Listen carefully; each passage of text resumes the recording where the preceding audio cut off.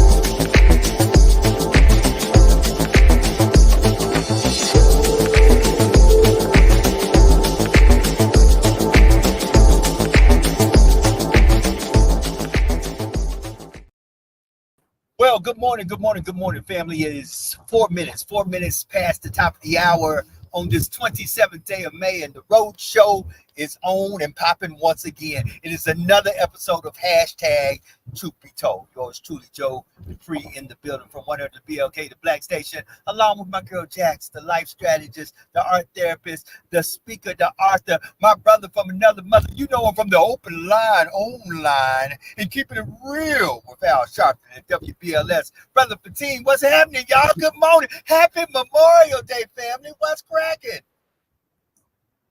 Patine. Okay, good morning. I was going to let the ladies and sister go first, but good morning. Yes, we are live on this Memorial Day here. Good to see my team, Joe Dupree and Sister Jackson. Let me just, me and Sister Jackson have been talking through the weekend. She's been helping me with some things. We'll leave that right there for now. But I must say that, Joe, your graphics are wonderful, my brother. Your graphics is wonderful. But you know what's even more astonishing this morning is how you got that new car that drives itself. So you, like Joe's just talking, he ain't driving, he ain't touching the steering wheel. He is driving, But you see, he ain't touching the steering wheel because he got that bread. He got that kind of loot, so he got that self-drivable car this morning. So I love it, Joe. Good morning to Joe and my sister Jax on this special Memorial Day broadcast. Great, Joe. I need one of them, Joe. Hook a sister up. I'm saying, hook a sister up, Joe. What's up, y'all? We good, Jax. How you doing, my sister? Good. It's been rain. Is it raining in South Carolina? What's it like? Nah. That's the sun right there. It's a little rainy on and off. It's supposed to be a little hell. Yeah. Y'all about to get some bad weather today, and even to possible tornadoes. Yeah, it's crazy. It's crazy. My daughter's out on the golf course right now, so her caddying day might get cut a little short. But hey, she's out there still trying to make that bread. But it's a beautiful day. We all alive. We made it through another weekend. And so ring the bell on that one for sure. There you go. Joe, you did something the other day that was fantastic. And I took your lead for that. And I did it on Open Line on the on-air show, not the online show. We was off for the Memorial Day holiday, and we get into that a little. I'll let Joe hit that, because we want to talk a little bit about this anniversary. We have a special guest coming on, scheduled at 9:30 Eastern, 8:30 Central. But what Joe did Friday going off, I thought was excellent. And Joe, you broke down something that, I knew, but the way you broke it down was great. And he talked about Memorial Day, Veterans Day, and Armed Forces Day. And today is Memorial Day, which honors and remembers military personnel who died in military service for the United States. And it's observed on the last Monday in May. Veterans Day celebrates the service of all U.S. military veterans who have served in the United States Armed Forces, both living and deceased, with a particular emphasis on living veterans, and that is observed annually on November 11th. And then Armed Forces Day honors and acknowledges all active duty military personnel and their contributions to national security here in the United States Armed Forces, and that is observed the third Saturday in May. So, Joe, thank you for that history lesson the other day, Friday. And I was able to put that out, and it generated a little discussion yesterday. Even Attorney Ben Crump, who was my special guest, was really appreciative of that information. A lot of people, and especially if you have served, I want the honor to go where the honor is due. I am a veteran. Memorial Day ain't my day. I haven't given the ultimate sacrifice for this great country of ours. I did serve. I have been wounded in combat, but thank God I'm still breathing. So, for those who are no longer here, and then I always look at the families, the children that had a high school graduation, a college graduation, their mom or dad wasn't there because they decided to take an oath, grab a weapon, man the post, and protect this country with their life. And for that, I honor those who have served honorably and unfortunately lost their life in combat in service to this country. And there's a lot of them out there, men and women. And today is a solemn day for them.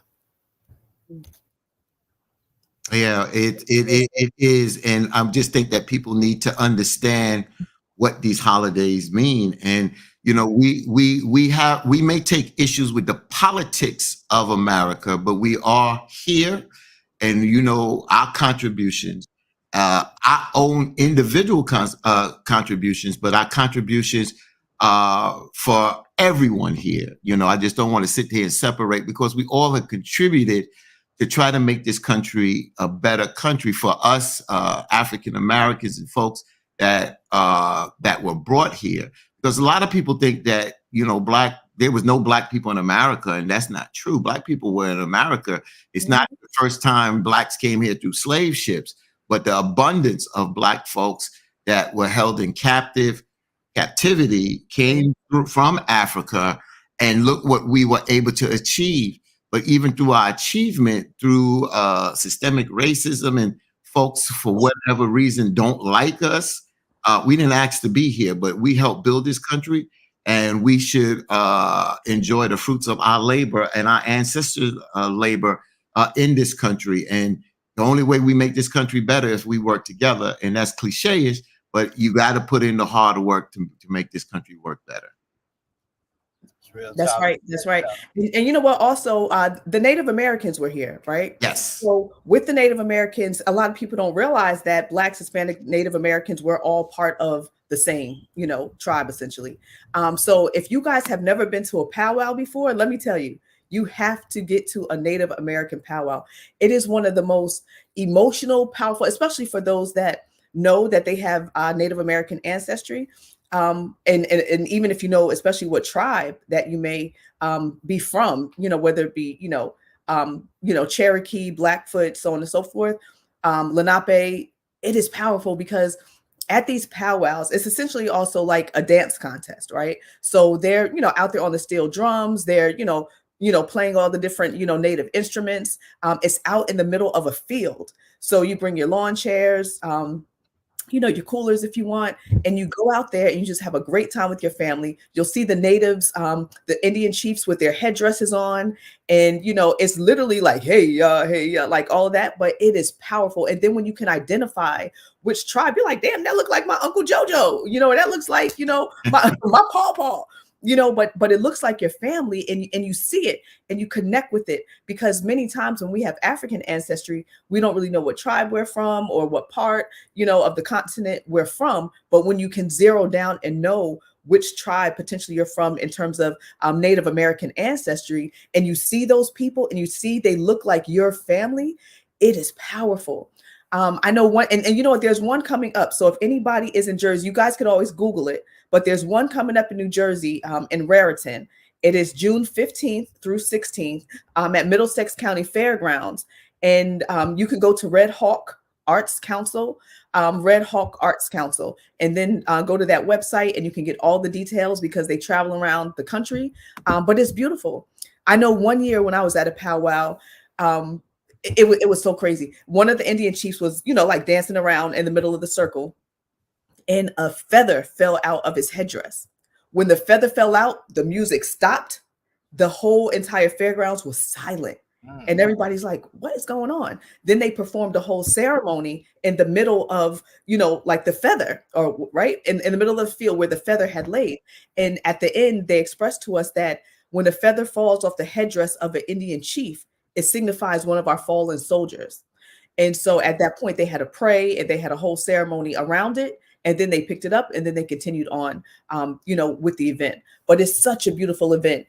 There's vendors there. You can get like buffalo burgers, and you can get clothing. And according to the Bible, the Native Americans, that is the tribe of Gad, G-A-D, the tribe That's of true. Gad. Yeah, exactly. So a lot of people don't realize that. In terms of question. God's chosen I have a people. question for you, Sister Jax and Joe. Yeah. And I'm serious about this. I'm not joking. Because I said to you the other night, Jax, I was watching Superman, right? Oh, yeah. And it's crazy. I was talking about the adventures of Superman years ago, 1957, that first came out. And, there was a episode where Lois Clark and Jimmy Olsen, they went to a Native American tribe. And, they were, and it's kind of traditional when we see it on television that they pass around this peace pipe. And my question to you, what is in that peace pipe? Because I'm sitting there saying, yo, they getting high. But to me, so what? If that is the herbs of the land and the nutrients of that, and that's what they do, then it is what it is. I just want to know what is in that peace pipe that they are passing around. Do you know what that is in there, Sister Jack? No, honestly, it's some sort of stuff that deals with more so medicinal purposes.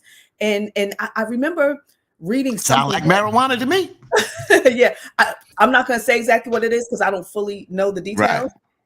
But I do remember seeing something recently, and it talked about like the smoke that comes from it is something like, I don't remember. I'll get back to you guys, but it was deep. When I heard about this, it was very deep. But it's still a spiritual thing, and still deals with like the Most High and I don't remember all the details, but I'll let you guys know. I'll look it back up and I'll let you guys know on the details. But if you go to a powwow, you can find out on your own. So I suggest you guys look it up. There are powwows all across the country, Native American powwows. And it is the most amazing thing. You can get some great jewelry. And you know what you'll also see? Fatine, the shirt that I sent you had those fringes in the ribbon of blue.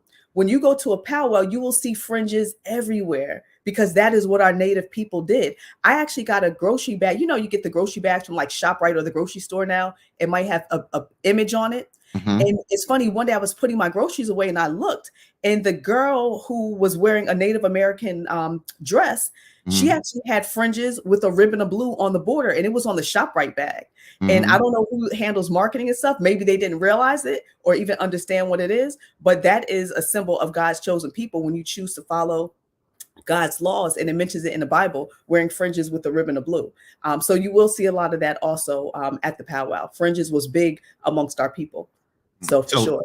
Wow. So tobacco, nicotina, rustica, rustica,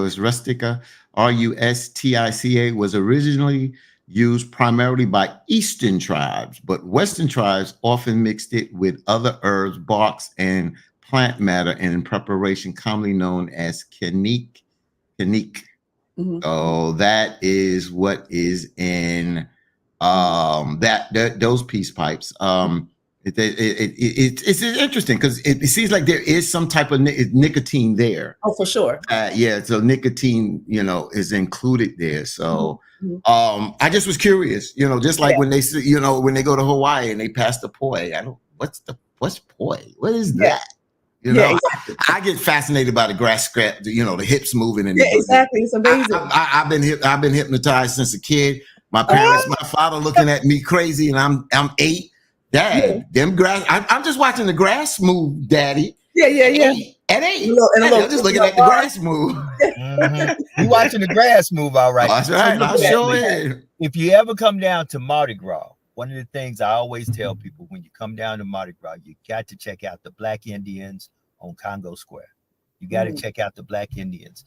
I'm going to actually, since you brought it up, I'm going to try to this week bring in some of the Black Indians that are a part of the Mardi Gras that are here in Louisiana, where we can have a deeper conversation about some of the tribal roots of our people and how that is all connected. And speaking about New Orleans, of course, family, tell a friend to tell a friend. We will be in New Orleans for the 30th celebration of the Essence Music Festival. It's going to be a lot of things going on. Usher's going to be in the house. Charlie Wilson's going to be in the house. Listen, just this past weekend, wait a minute. Let me rephrase that. Was it yesterday? A day before yesterday? Frankie Beverly performed in New Orleans. And if many of you know, he did a live album in New Orleans, and it was off the chain. He was in the Superdome performing. We got a big dedication to Frankie Beverly at the Essence Music Festival going on. It's going to be a lot happening. Brother Fatim and I are going to be there. Sister Jax might pop in, and family, it might be the whole crew. # Truth Be Told will be broadcasting live Thursday and Friday from the Essence Music Festival on the 4th and the 5th. We'll be broadcasting live 4th and 5th of July from New Orleans. And just catch us. We're going to be out there with a lot of exclusive content, a lot of stuff going on. So tell a friend to tell a friend. That's how we do it. We're going to be in the building. Yeah, and I haven't really spoke much about it. I've been to Essence before. I remember going to Essence. I'm trying to think if I think it was before Katrina. I think it was, but I remember Tom Joyner Morning Show was there, and I was there to produce Reverend Sharpton's show because we were under the same company, Reach Media, which is under at that particular time Radio One, which is now Urban One, and Radio One and TV One is the same company. And shout out to, and we needed, you know what? I need to invite Kathy, Miss Hughes. Let me get it properly, Miss Kathy Hughes. Ring the bell for that. For that. Because what she created from a small radio station in the DC area to a powerful media company, Black owned, And then her son now, Alfred Liggins, is running it. But I remember that Tom Joyner was doing his morning show right there in the vestibule of the casino. And I happened to be staying in a hotel across the street from the casino. And just to see a production of a morning show on that level, Tom Joyner was that, everybody know Tom Joyner was that big. You know, now, of course, you got Steve Harvey in the sense of that the productions have changed now because you can be remote in different places. But that production, to see a 4 or 5 hour morning show, 6, 7, 8, 9, 10, 4 hour morning show production, which Reverend Sharpton was a guest on. So I had to be there early in the morning and then get ready to produce his show at 1 p.m. Eastern time. And then Geraldo Rivera comes by and just joshing with us and things like that. But it's just such a great in atmosphere of folks there. And Frankie Beverly and Mays, you know, we have to give that man his flowers. He's done a tremendous job. You know, I got a chance to meet Charlie Wilson a couple of times, you know, and he's just a dynamic person. Usher, I never met. Oh, yes, I did. I did meet Usher. I forgot. I did meet Usher once coming up in the elevator at my radio station in New York City. I was at Kiss FM at the particular time. But there's going to be so many people there. And I just want to say this. I'm a people's person. So when I say, you know, just stop us, look, you know, we'll be working at times. But, hey, if you see us, shout us out. We'll shout you out. We'll take the time because that's what we do. Even though we're working, we'll take the moment. Sometimes you got to realize we may have to grab somebody because they're moving and we got to grab them at that moment. But trust me, if you can get to us, and I plan, you know, Joe can work from sun up to sundown, but I plan to get out there like my man Michael Basin saying, mingle with the people. That's right. That's what he's going to be doing. Y'all know how I do. I'm the Papa Smurf for Radio Row. People know Uncle me. Charlie. Uncle Charlie. Mr. Charlie. Uncle Charlie. Oh, man. He Uncle Charlie. Uncle Charlie, he's cool. Mr. Charlie, that's another story. That's right. We're going to introduce Uncle Charlie to Mr. Charlie. That's what we're going to do. We're going to do an Uncle Charlie with Mr. Charlie. That's what we're going to do. Family, we got the road show going on. We actually have left. We're on our way to Houston, Texas again. Road show in Houston. Again, it's just something about H-Town. Y'all might wake up and we might be located in H-Town. Let me not say what. Well, let's just say. Yeah. I keep you at. Don't run your mouth, brother. Okay. Thank you. All right. So once again, it is Memorial Day. A lot of people are off today. For those who are celebrating the long weekend, it is the unofficial start of summer. First of all, let me say this. For those of you who have been dealing with this crazy weather, some more storms have went through certain parts of America, and it has got crazy out there, man. And they're talking about it's going to be a more than an aggressive hurricane season. So, you know, man, get prepared now. For all the people in the chat, I see y'all in the chat. Good morning, good morning, good morning. If this is your birthday, your anniversary, or your special day, ring the bell for him, Fatine, one time. Ring the bell, ring the bell. That's for you. That's for you on this special day of yours. Enjoy this day. May it be a blessing to you. May you have many, many more. And in the news, since you were talking about Benjamin Crump, before we bring your guest on in about 6 minutes, and we'll come back to that probably in the 9 o'clock hour. But man, there's a lot of stuff going on in the news, and Benjamin Crump is kind of like in the middle of all of this, in making sure that we stay informed, that justice is not just us. Brother Fatine, give me a little bit something of what's happening. Well, you know, and let's just say you just brought it up, and I'll go right to Ben Crump. But, you know, with this weather real quick, 18 people lost their lives over the weekend. 18 people. And you're talking about in the Texas area, in the outskirts of Dallas, Texas, 18 people. And these storms are rolling to the East Coast. So again, our prayers and condolences go out there. And thank you for mentioning that. And yeah, yesterday, you know, I got a chance. Well, it's amazing. Attorney Ben Crump, he texted me Saturday to send me something that I already knew, but he sent me a picture of him coming down the escalator with former prosecutor, Baltimore City prosecutor, Marilyn Mosby, who was sentenced this past Thursday.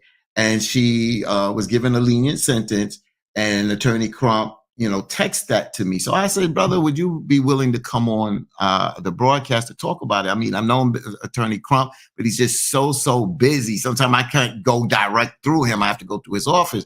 But he heart the pitches. He heart what I said. So he came on.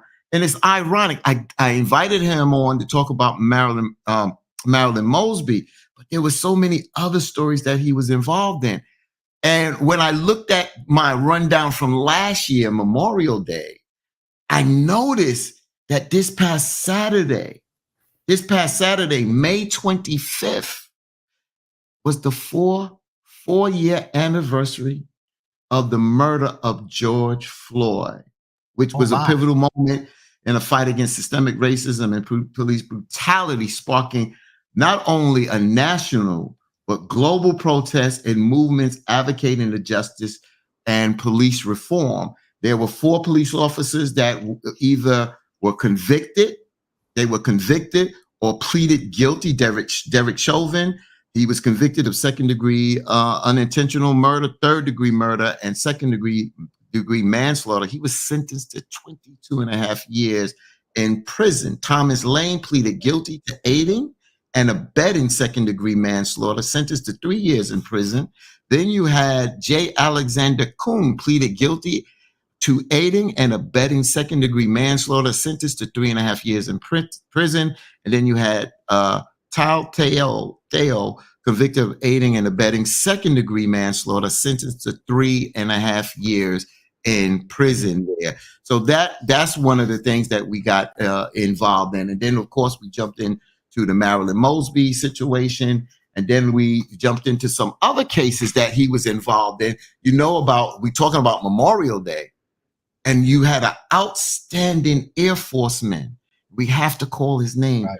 Roger Fortson, Air Force. He was an honorable Air Forceman from Atlanta.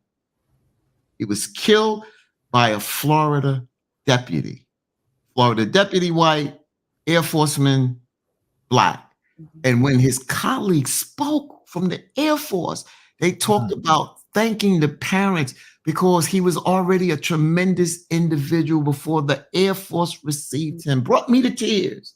And then you had Frank Tyson. Frank Tyson was the Ohio man.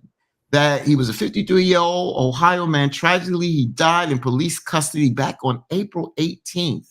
Body cam footage revealed Tyson was handcuffed, left face down, repeatedly crying out, "They're trying to kill me," and called the sheriff. And he was there, and this is following an arrest after a vehicle accident. And you could hear him say, "I can't breathe. I can't breathe." That's another situation going on. So these are the cases that continue to plague us. We go back to Eric Gardner in Staten Island, New York, where he said, "I can't breathe. I can't breathe." You're watching people die George Floyd died on national television, y'all. Right. Died on national television. So we're not delusional when we talk about these things. I'm not going to make this political, but it is political where we're at in these cases. But we had to talk about those 4 incidents yesterday. And that's what's happening out here. And sometimes folks don't get the news, all this news, because news is just so quick that you don't know some of these stories out here. I happen to be involved with Reverend Al Sharpton, who's involved in a lot of these cases. And Reverend Sharpton delivered a eulogy for Frank Tyson. And all these cases I just mentioned, Attorney Ben Crump was also involved in them. So Brother Fatim, we're going to get back into that. We always getting so much crazy bad news. I was so blessed when you called me with some good news, because I'm looking in the green room and I see them. They just jumped into the green room. So Fatim, I'm going to let you introduce these people that we're about to bring on the screen and tell us some good news, because it's Memorial Day and we need some good news to start this Make It Happen Monday, kick off the right way. So Fatim, the floor is yours. All right, my brother. So it's interesting. I first, my cousin Pam works in one of the laundromats in Florence, South Carolina. And she introduced me to this young lady named Katrina Washington. And I was at the laundromat this past weekend, Saturday, and I got a chance to talk more with Katrina Washington. And she talked about how she reached out to the news media in the Florence, Darlington, South Carolina area because she wanted to spotlight her daughter and on her daughter's achievements. And it's amazing that when she reached out to the person, I'm not going to call the news person's name yet, not yet. And the reason why is because I don't know all the particulars, but one of the things that the person that does do the news, and I'm not saying that she doesn't do a terrific job, but what we continue to see spotlight is people getting shot, people dying in car accidents. 3:00 in the morning, you'll see a Facebook post. There's a shooting here. There's a fire there. I don't hear the upliftment of our people. So speaking with Sister and Mrs. Katrina Washington, she was talking about her daughter. Now, I've never met her daughter, but as she started to talk about her, I'm going to introduce them both. Her daughter's name is Kendall Washington, a beautiful, studious, and intelligent 11-year-old from Darlington, South Carolina. And we talk about we must raise the young to be our next future generation leaders. Well, young Kendall is on her way. Kendall just completed the 5th grade, but it's what she did starting in 1st grade through 5th grade. Kendall received straight A's from 1st grade all the way through 5th grade. I'm going to say that again. Straight A's. No B, no C, no D. Straight A's from 1st grade all the way through 5th grade. In this year group of students, she is the only one to achieve this tremendous and outstanding feat. She has been on the honor roll each of these 5 years and has received the principal award. I want to welcome our young, bright, shining star, young 11-year-old Kendall Washington and her mom's Mrs. Katrina Washington. Good morning, my warriorettes there this morning. How are y'all? Good morning. Good morning. Good. Sister Katrina, meeting her, and I was telling her yesterday, and the kinship, the spirit. It reminds me. It's crazy when I met the R&B singer Angie Stone, and she said to me, "It's something about when we met." She was like, "It's the kinship," and I got that with Sister when I met Sister Katrina when I first met her through my cousin Pam. But then yesterday when she was talking about her daughter, her beautiful, studious, intelligent daughter, you understand, of doing the work that needs to be done in school, I just was floored. And I was like, these are the kind of platforms that we must use to uplift our children, uplift our people there. So I want to say again, welcome and congratulations to you, Kendall, for your great achievements. Thank you. You're welcome. So I'm gonna start with the moms. I'll start with the moms first. You're gonna say, well, you start. Yeah, because I want to ease into your daughter. Tell me a little bit about Sister Katrina. Tell me a little bit about your daughter, and then of course I'll pass the mic over to her. But tell me a little bit about your daughter and what you and your husband, because I always say it takes a village to raise a child or children, but it starts at home. We talk about it. It starts at home. If it's a single parent or it's a 2-parent home, it starts at home. Tell me a little bit about your daughter, but also tell me how you poured into young Kendall. Well, Kendall is a very bright little girl. I would say 2nd grade, Kendall really struggled because it was virtual. And, when COVID hit, she really had a hard time. But I want to give all the praise to my husband because he's the one who really, really, really, really pushed Kendall a lot. But Kendall, she's 11. She loves the color purple. She loves TikTok. She loves what you like, Kendall? I like to draw. She likes to draw. She's a very good artist. Besides being an A student, she draws pretty good. Well, very good. And Kendall makes bracelets and she's trying to be a little entrepreneur. We put that out there. Hmm. Try to get her to, make her own little money and, save her money. But all in all, she's a very respectful child. And we're so proud of her, for making straight A's for 5 straight years. But I get all the, I want to just say my husband, he won't get on at the moment, but he's the one who really, really pushed her, so much, and my oldest daughter. But we all are very, we push education in this house, because, you get your education, they can't take that from you. So it just, she's a very, very smart child. And I just, she's also on the National Beta Club.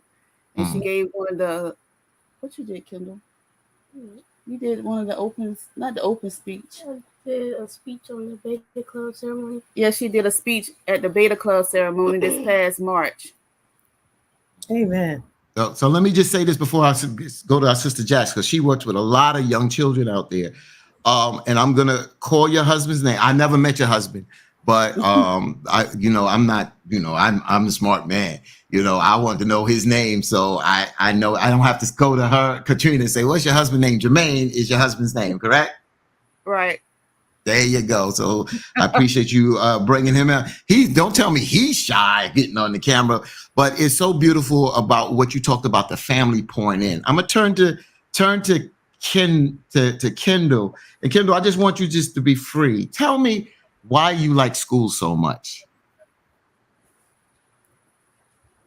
I like school because my teachers tell me new things, and I learn new things about the world, and new things about math and old history, and that's what I like about school.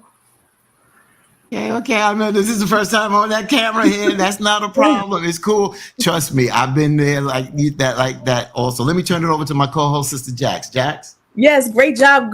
Good day, Trina and Kendall. Congratulations into Dad Jermaine for doing a phenomenal job. And also, what's Big Sister's name? Kennedy. Kennedy, big ups to Kennedy as well for pouring into her little sister, because that is so important. So Kendall, congratulations on all of your hard work and all of your achievements. I know it's not easy, but if you can share with our viewers, how do you handle it when things get tough?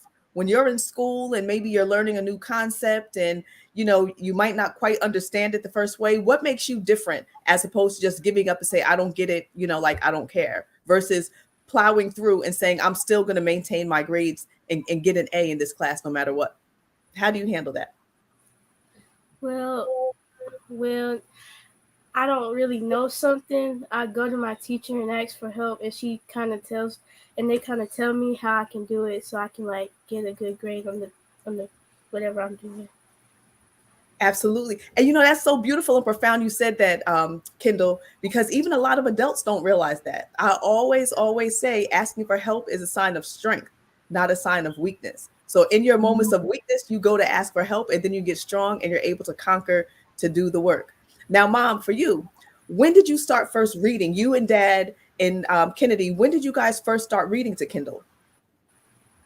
I want to say probably 2. I want to say age 2, because we started with the Dr. Seuss books. Mm-hmm. It's probably before that though, because Kennedy is 3 years older than Kendall. So I probably 1 or 2, maybe probably 1. Exactly. When Kennedy started school, Kendall was almost 1. So that was during the time Kennedy was learning to read. So it's probably 1. Okay, beautiful. And I love that because it's so important. I was telling a young man outside the other day, he's a new dad, and I was saying, look, your baby is, she's almost 1. You should have a little basket you can get from the dollar store with books in every single room of the house. These kids need to read books. And so that's Go ahead, sis. We made index cards with little sight words on it. And that made them easier for them to, to learn the words so they can learn to read. Exactly. And I always say your children are your biggest investment. So I love how you're investing in your children. It's something as simple as a 99-cent pack of index cards, putting sight words on it, and just having her go over them. So Kendall, what is your favorite subject in school? My favorite subject is social studies. Okay. And I know you mentioned like, history and math. So do you really love history and math as well? No, I no. mean, I like some parts in it, but not all of them. Okay. Gotcha. So what do you want to be when you grow up, Kendall? Or what I want problem do you want to solve in the world when you grow up? to be a nurse when I grow up. Beautiful. And what type of nurse? Like what type of people do you want to help out? Like old people, babies? You know, what type of people do you want to help out? Babies. Oh, a pediatric nurse. It's money in that, especially those traveling pediatric nurses. It's a lot of money in that. I'm Yeah. gonna whisper in the moms and the pops' ear, nurse, that's beautiful, Kendall. But the way you're going, you would be a doctor. That's can why I see- told her she need to go see. higher than that. Yeah, she can be a doctor with these Yeah. type of grades. We can't put our expectations on our children. We can't, but just to let Kendall hear from us, because just in case you, mom's, Sister Katrina is telling her that, now you hear it from us. We're not putting it on your shoulders to say that's what, but the world is yours. The world is yours because you're starting so young. And, you know, sometimes people say the road gets harder in education. Sometimes it doesn't get harder. If you can grasp what you're learning and you put in the time to study, it doesn't always get harder. It may be a little challenging at times. Sister Kendall, let me ask you this. Do you study a lot when you come home from school? You have homework and things like that, but do you study a lot? Or do you balance it with study and play and with your friends and things like that? Yeah, I balance it with studying and playing. Then I go talk to my friends on the phone. Okay. And your mom's mentioned an entrepreneur. That means creating your own business. Instead of working for someone, you create your own business. What are you, as your mom said, of being a little entrepreneur? What have you created as your own business, or what do you want to create as your own business going forward? Well, I started making bracelets, and then I started selling them at school, and I started making money. All right. Make that money. How can I order a couple of bracelets, Kendall? I would like to order some of your bracelets. Are they for sale? Like, can I buy some and can you ship it to New Jersey? We could try. Yeah, we can ship them. We ship bracelets. We ship bracelets before to some family members. Okay, nice. Well, I can Cash App or Zelle you, and then you could let me know, and I'll give you my address. You could send me some to New Jersey. That's what I'm talking about. Yeah, I would love to support. That's what I'm talking about. Let me just say this, you know, and like I said, I'm just really getting a chance to meet Katrina.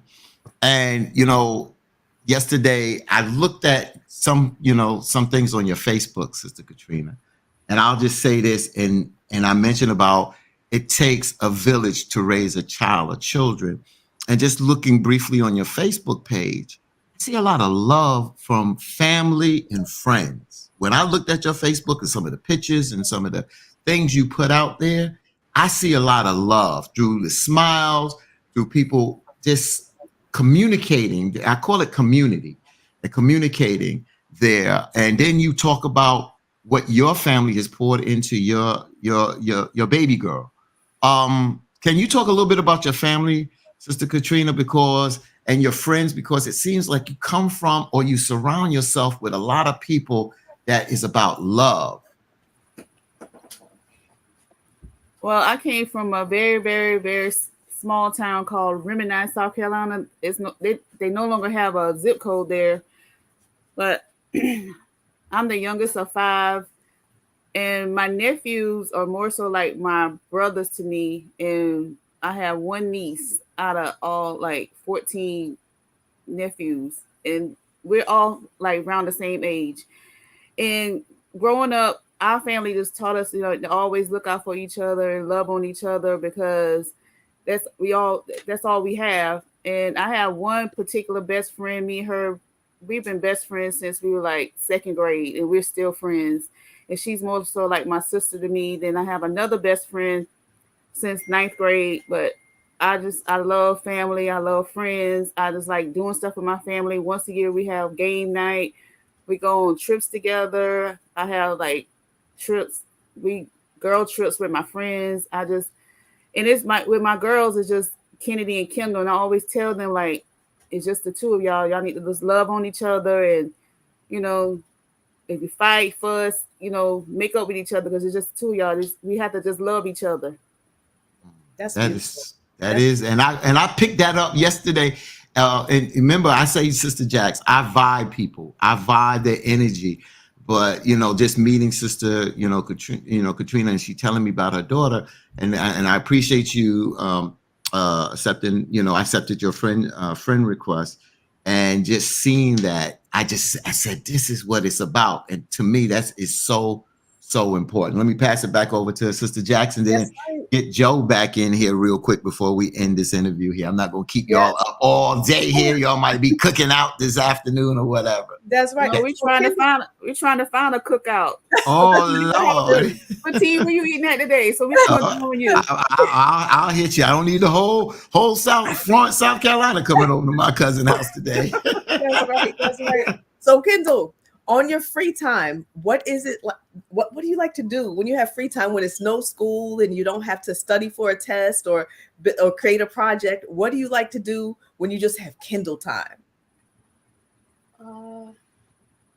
Sometimes I bother my sister because she don't never want to talk to me, but I be want to talk to her. And that's how it is. It's like that in my house too, so I get it. And then sometimes I draw and play games on my iPad. Okay, nice. Now and so don't get discouraged with your sister, right? Because sometimes big sisters, little sisters, I'm a little sister, so sometimes we could be a little bit annoying sometimes, right? And guess what? Sometimes big sisters, they can be a little annoying too. But as you guys continue to grow up, I guarantee you guys will become like best friends. But it just seems like a big age difference right now, but it's not going to seem such a big age difference in a couple more years. So, and teenage girls, they're a pain in the butt anyway, so don't worry about it. She'll be fine. Question, what is your favorite type of music to listen to? And who's your favorite artist?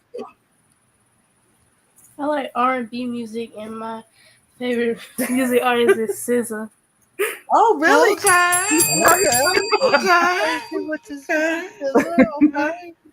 Nice. I like that. Now, do you like to write? You don't like to write? Because I was going to say, you never know. Maybe you could start listening to music and start writing some songs, right? Writing some lyrics. And you never know. It might get placed with an artist one day, and then they could perform and sing your song. So that's another stream of income, Kendall. Because when you're an entrepreneur, there's so many different ways that you can go. Right now, you might start out with bracelets. Then you might, eventually say, you know what? I want to build off of that. Or I'm tired of making bracelets right now. I want to try something else. So as an entrepreneur, you have the flexibility to do whatever it is you want to do in any space and have fun doing it. That's the most important part. Have fun. The money will come, but have fun while you're doing it, no matter what it is. And stay on top of your first and foremost. And Kendall, I want to say, first of all, congratulations on all these years of just being a straight A student. Number two, I want to say that, keep smiling, keep doing what you do, keep having fun. It's just great to see a young Black lady, young Black girl doing great things and being so smart and intelligent. You'll probably be the next doctor. You'll be the next scientist. What are you aspiring? What do you want to be when you get to be grown? What are you already thinking about what you want to do when you grow up? She said nursing. So she said nursing. She answered that. She's gonna be a nurse. Okay. She wants to do nursing, but her moms and me and Jack said the same thing, that with the way she's moving, she possibly can be, a doctor and have her own private practice, and like I said, we don't want to put that on your shoulders. We just want to whisper that in your ear. That's all we want to do. We don't want to put it on your shoulders. We just want to whisper that in. Well, look, Jax, I'm gonna put it on your shoulders, girl. You can be a doctor. Ain't no wrong being a nurse, but girl, you gotta set them sights a little high. You can do it. Kendall, whatever they do, I'm gonna say it like my good friend Miss Crimmins. Just be great in their face. That's all I want you to do. Just be great in their face. Whatever you do, continue to be great in everybody's face. Just be great. That's right. Hey, Kendall, guess what? Look how you can do this thing, Kendall, right? You can say, you know what? I want to be a doctor, so I want to go to medical school, right? You can hire your nursing staff and you can have your own practice, right? You can have your own medical office. So now you're still being an entrepreneur because you have your own medical office, but now you're the doctor, so you're the head, and then you still have nurses around, so you can still work around and with nurses as well, right? Mhm. So it can all work together, and you can still be an entrepreneur, make a ton of money, and have a ton of fun, and help a ton of sick children, right? Since you want to get into pediatric nursing. But whatever you do, I know you're going to be fantastic at it, Kendall. You're going to keep that work ethic. You're going to work hard and continue to surround yourself with other like-minded kids that want to do the same as you. Hustle, work hard, be entrepreneurs, be kind, be filled with love, and help others. So kudos to you, Kendall. I'm very proud of you, sweetheart. That's right. And also Great have job, Mom fun. and Dad. Yeah, And big sis. and have fun about it. And you talk about TikTok, and I'm gonna pass this over to you, Sister Katrina. Offline, there's a lot of things that there's a variety of things, and I know you supervise your children with TikTok, because TikTok can go up the gamut. But there's a brother who, because of certain states are taking out certain books out of schools and banning books out of bookstores, is a brother named Ernest Krim III. And he does TikToks, but he brings educational lessons to our young folks. So there's positivity out there on TikTok. And I know you said your daughter likes to look at TikTok. And I know, again, you supervise that. But there's a lot that they can learn from TikTok out there if you guide them straight. So, kudos to enjoy, because kids going to be kids. I was a kid, and I learned a lot real quick. I learned I could negotiate with my parents, even though I had to get these A's in school. But once I did my job, you get your Kindle, you get them straight A's, you get mommy and daddy to smile a little bit more, you may get a little extra here and there. Right, moms? Yeah, especially from Dad. Especially from Dad. Yeah. Oh, she got dad wrapped around the finger. She got dad wrapped around the finger. Yeah. And Kendall, let me tell you, you can also make money by speaking. You're a great speaker, right? I'll give you an example. My daughter Olivia, she's in the 12th grade now. She'll be in the 12th grade in the fall. But when she was your age, she always wanted to be a neurosurgeon. Since she was a little girl, she always wanted to be a doctor. And then eventually she said, you know what?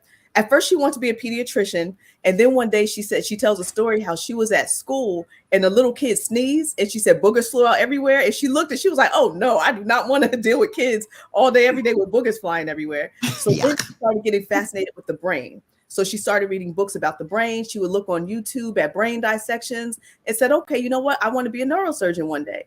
So she, my best friend got her first pair of scrubs, and it had her name embroidered, and it said Dr. Olivia Lake, doctor in training. I bought her a white lab coat, like a doctor, jacket. And Olivia would actually do YouTube videos, and then she would travel around the state doing speaking engagements about being a neurosurgeon and about health in the brain and the body. And she would get paid for it. And she was your age, Kendall. Oh, and wow. she, was on stage with other celebrities and politicians, and it was amazing. So if you go on YouTube and type in Dr. Olivia Lake, doctor in training, you'll see all her videos. But then once George Floyd, ironically, you mentioned that, once he unfortunately lost his life, she said, Mommy, I have to do something about this. So she decided that she does no longer want to be a neurosurgeon, but she wants to be an attorney and then a judge. And one day, ultimately on the Supreme Court is her desire now. But whatever she does, like you, Mom and Dad, I'll support her. My husband supports her. And whatever she becomes, she becomes. But as long as you just keep working hard, putting the pedal to the metal and doing what you do. But Kendall, there's even money out there for you to speak as a little kid. So don't get discouraged. There you go. Well, we're gonna wrap this segment up and give you two the final words. But again, folks, this is what we've been talking about. We're talking to our audience, and we spotlight the negative things in our community, and rightfully so, because we have to get better at what we do. And like Joe says a lot, we have to do better. And I said, Joe, we have to spotlight those that are doing great things and good things in our community. And it's great when we bring on adults, but when we bring on the seeds that are being planted, like young Kendall here, the seeds are being planted, and now you're watching this beautiful tree grow and grow up. That's what it's about, because that's what we need to pour in for our future. We're not always going to be here. So we have to pass the baton over to them, or they're going to come and take the baton from us because it's their time to lead. So I just want to again thank young Kendall Washington, a beautiful, studious, intelligent 11-year-old young lady from Darlington, South Carolina, from 1st through 5th grade, nothing but straight A's. Congratulations to you, Kendall.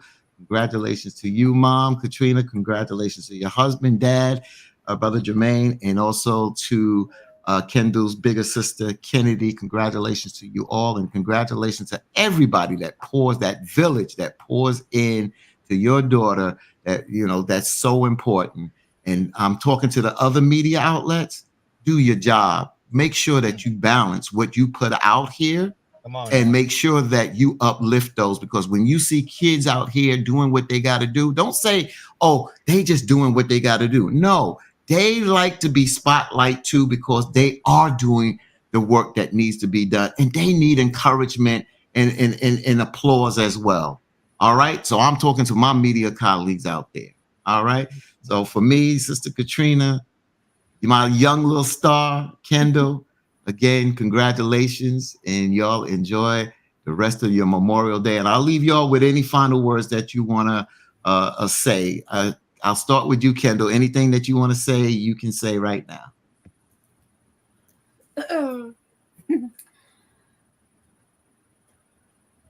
I thank y'all for putting me and showing everybody my achievements today. You're welcome. You're welcome. And you, Mom, Sister Katrina, your final thoughts.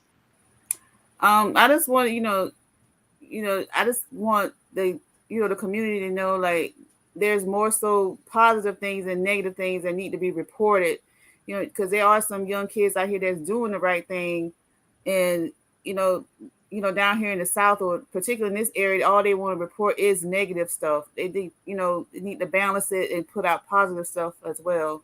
Mm-hmm. And we just want to thank you guys for having us on this morning. Let Kendall's story be known, and I just want her to to encourage other kids, and that you can do good in school. You can achieve anything. You can be anything you want when you grow up. Mm-hmm. Yo, there you go. I got to give y'all the bell on that. And look, and tell Kennedy, I'm going to jack her up. Tell her Miss Jack's going to jack up. So you better call me if Kennedy ain't playing with you nice. I'm going to jack her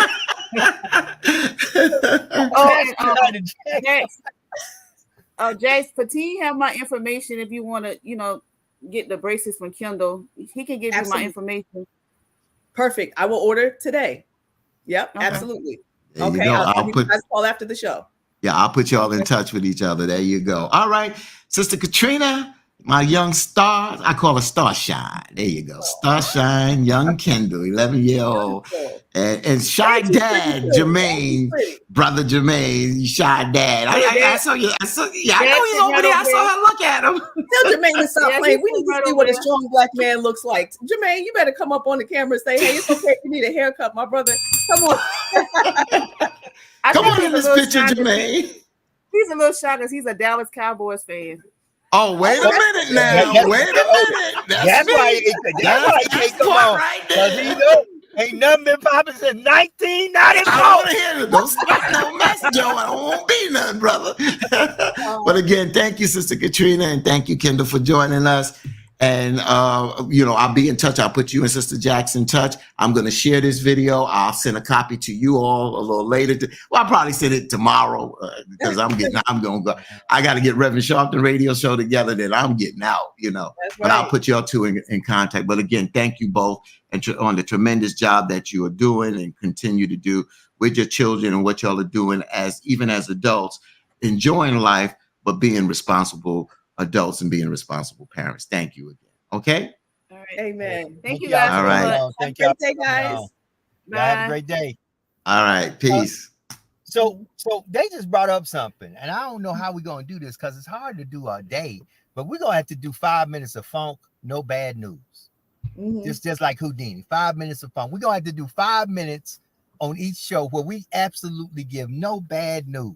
Mm-hmm. No bad news. You know, I was going to try to do a no bad news Monday, but you know, there's always bad news, unfortunately. But we can at least for 5 minutes highlight some good things that are going on somewhere and speak about something that uplifts our people and not always bringing our people down. Speaking of which, it is 1 minute to the top of the hour. 1 minute to the top of the hour. Hashtag Truth Be Told on this Memorial Day 2024, the 27th day of May. Family, we in the building. The road show is rolling well. Jax is doing her thing in Brick City. Brother Fatim is down there in South Kakalaki. When you headed back to NYC, baby? When you headed back to New York? Probably Father's Day weekend, or maybe a week before that. It's a couple of things that's happening in the city. People are trying to get me to come to. There's a Real Dads Network event that's taking place the weekend before. And it's just a hop, skip, and a jump, you know. It's That's just right. pipeline. It's the I-95 pipeline there, my brother. You know, just hop on that plane. So that's what I do. And I love that how you said about that Real Dads Network, because it just warms my heart to know this young lady's achievements that we just highlighted. And thank you so much, Brother Fatim, for bringing her on, because that is so important. And just the importance of a dad being there, right? And being there and being engaged, you know, supersedes, you know, just, you know, being involved. I always talk about involvement versus engagement. You could be involved. Yeah, you could be in the house, you could be in the child's life, but that dad is engaged on all cylinders. He is there. He's helping to raise those babies. You know, he is helping to pour into them and to invest into them and make sure that academic excellence and superiority is key. So I love it, you know, because you could be a dad in the home, but be so disengaged, right? And just not really a part of the child rearing process. Sometimes dads that are there might just be the disciplinarians and, you know, they go to work, but they don't really engage. So kudos to that brother Jermaine for engaging with his baby. It will pay off. And it also gives the kids confidence as they grow up. When these little girls grow up and the daddy has already been in their lives saying, I love you, you're beautiful, you're a princess, you know, that makes such a difference. So that when these girls grow up, they're not out there in the street. Soon as some little naughty head boy says, oh, you beautiful, you this, you that, they're like, okay, my daddy told me, like, I already know, you know. So it helps really to develop confidence in these young women. And a lot of these young women have no confidence, and that's why they're running out there ratchet as hell, because they have no doggone confidence. So they think showing their booty and their boobies and all of that stuff is what makes them a woman and makes them have confidence. And it's really truly the opposite. So kudos. You know, this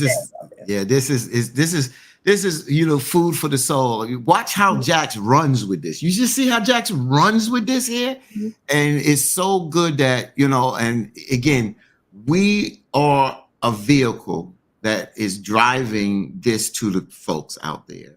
And it's not about us, it's about you all out there. And, you know, and for me, I appreciate it. It's just that when I heard the story, and my cousin went and got the newswoman's number and called her, but she didn't answer. And then I said, well, it's you know, instead of having a conversation and trying to bend people to do something, you know, I'll send her the clip and then I'll say what I need to say. I don't know her, but to me, and again, I don't know what her protocol is, but I'll say to all of them, all the news media, you got to do a better job of spotlighting certain things, because I watch these good stories. You know, I'll tell you this. And I said, the first time if I, you know, get a chance to meet 50 Cent, if I do get a chance to meet 50 Cent, there's a lot of things that I can commend him on. You know, I can commend him on. And I saw him, but I didn't. I was driving. He was shooting a video in Jamaica, Queens, because he's out of Jamaica, Queens. He was shooting a video. Matter of fact, I lived a couple of blocks where he got shot. You know, where he got shot. I wasn't living in Queens at the time when he got shot. But my first thing would come out, the first two things that would come out my mouth to 50 Cent is thank you, brother, for the creativity that you brought through the arts to us here. And even though the creativity shows us sometime in that gang and that drug life out there, he still became an entrepreneur. But before even that, you know, he put money and bought vitamin water. He bought that, he invested in vitamin water, and then he cashed the chips in to get money from that. But the next thing I would say to 50 Cent is it was Christmas Day night. My family was out, and he was a guest on a TV show, and they introduced him, and they talked about how he gave to needy people. I sat there and tears roll down my eyes because you don't hear those stories. So that's what I would say to 50 Cent. Out of all you've done, and you've done a lot, and I appreciate that, and I applaud that. You understand? But I also applaud, brother, you gave back. And when that just touched my heart. You know, everybody's not perfect in life. I get that, but I had to give that brother's kudos because it touched my heart out there of doing that. And Sister Jax, you do this, and I know you have to fight back tears at times when you're at events and you're speaking to these kids, or they just call you, or a parent call you and say certain things to you. I just know it just touches your soul, and I know you get a rush. You get it double because you get a rush from your own daughter and son, and you get it rush from other children. Yeah. Talk about that. Talk about that. You know, it's a beautiful thing. My heart is so big. I've been this way since I was a kid. I remember at 2 years old, standing in my driveway, you know, looking at my little knobby knees and my little sneakers and looking up at the sky and saying to God, I want to help people when I grow up. Like, I didn't know what career or what I wanted to be. I just knew I wanted to help people when I grew up. And so that's what I've committed my life to is helping people. I like I always say, your children are your biggest investment. So I love investing in my children and watching them grow and learn. I even love watching them when they fall short and make mistakes. Even yesterday, my kids were in the car. We were coming back from, I took, my son to get a haircut. He wanted to get twists for the first time. And my daughter and I spent like a girl's day getting our nails done. And we're riding around. We come back and the kids are in the car fussing with each other. By the time we pull up to the house over who's going to carry the extra stuff in the house. So they start, fussing with each other. And I was like, okay, I just got out the car and walked in the house because I wanted to see how are they going to engage? How are they going to resolve it? How are they going to handle things? So sometimes as parents, we find ourselves getting involved a bit too much. Sometimes we have to step back and let them learn how to troubleshoot and navigate a tense situation on their own. And they were like, Mom, you didn't even say anything. You didn't even try to stop us. I said, did you resolve it? Did you guys, apologize? Did you guys go your separate ways and come back and work it out? They're like, yeah. I said, okay, that's what it's about. Because mommy is not always going to be there to resolve and troubleshoot every issue in your lives. So sometimes as parents, we have to step back. And yes, I absolutely love helping the children in the community, the adults in the community. And it is a rush, for me. And I feel like I'm just a little vessel out there doing God's work, trying to plant seeds, trying to help others in whatever way I can. I have fun doing it. I encourage them to look at life from a different perspective. Even when I was doing a lot of work with men who were in recovery, the arts is so important to me. So I would get tickets. I partnered with the New Jersey Performing Arts Center, and I would get tickets to different plays and things of that nature. Then I would take these young men with me, to the play, and they would always say, "Oh my God, Miss J, I finally found something new to do with my money instead of getting crack and getting a prostitute. Now I can actually go to a play." They said, I never thought I would go see Alvin Ailey, or I never thought I would see Mary and Sinbad perform. So they loved it. And for me, that was such a rush because now I'm like, these grown men now have something to do with their money instead of buying crack and dope and getting prostitutes. So it's just a beautiful thing. I love working with my little gangbang of teenagers, on house arrest. I love my babies. They are good kids. And I just try to see the good in people and help them to see the good in themselves as well. So. There's something I want to address. I'm trying to look this up real quick, Joe. And there's a book. Okay, I guess I got it. There's a book out here. It's called Guess Who, Mama Pooh. And it's by a young lady named Stacy Mason Santilli. And I saw her in the chat. And when I went up to New York to host the event where I did the show from the New York Blood Center, this event was Stacy's event to talk about her release of her book, because it's a book about sickle cell disease. Stacy Mason Santilli is a young lady who has sickle cell disease. I met her back in the industry. I think she was working, I don't know if it was she was writing for the Source magazine or XXL magazine, but she was in the industry. And she has sickle cell disease, and she is what is considered a sickle cell warrior.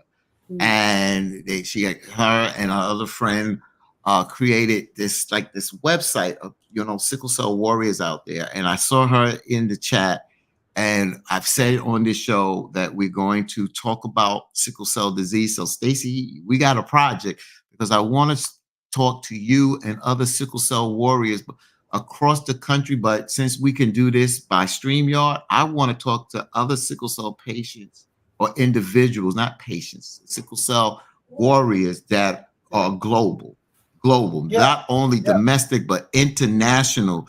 So kudos to her because, and I'll give you a little bit about the biasness out there. Mm-hmm. Stacy knew my wife.